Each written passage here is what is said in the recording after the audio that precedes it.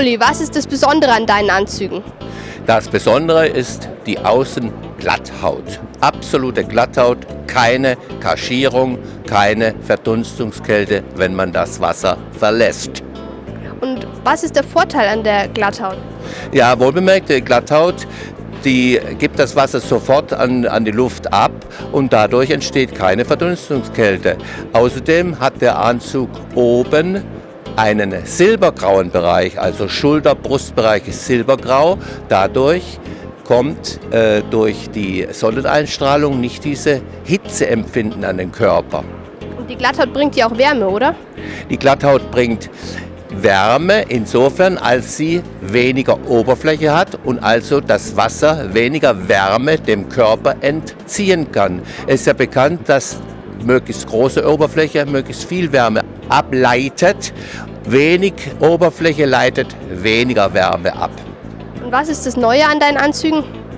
Das Neue ist, dass wir in der Achsel, im Schritt und an den Füßen eben dieses Prinzip der Glatthaut verlassen haben und dort Kaschierung außen angebracht haben und nehmen das ganz bewusst an den kleinen Stellen in Kauf, dass dort nicht sofort das Material trocken ist, wenn man das Wasser verlässt.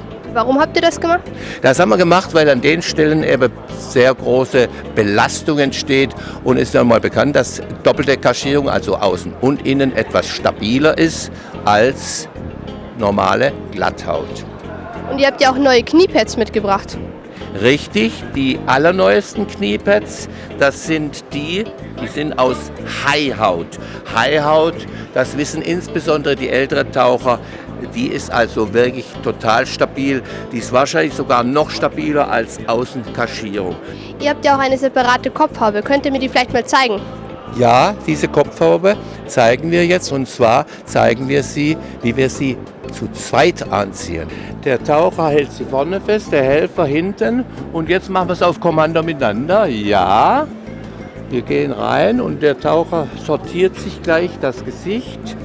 Die Mütze wird jetzt sorgfältig über den Hals drüber geschlagen und jetzt kommt der Clou, nämlich die Maske auf der Mütze.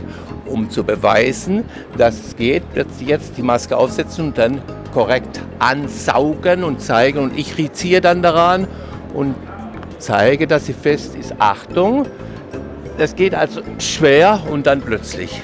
Die war angesaugt, ist also da und da dicht. Jetzt fehlen ja nur noch die Handschuhe. Wir greifen beide hinein und ziehen den Anzug mit Kraft auseinander, dass er wirklich über die Manschette drüber geht. Und da kann man jetzt deutlich sehen, dass das ein Trockenhandschuh ist. Da kommt man also nach einem Eistauchgang von 2 Stunden mit warmen, dampfenden Händen aus dem Wasser.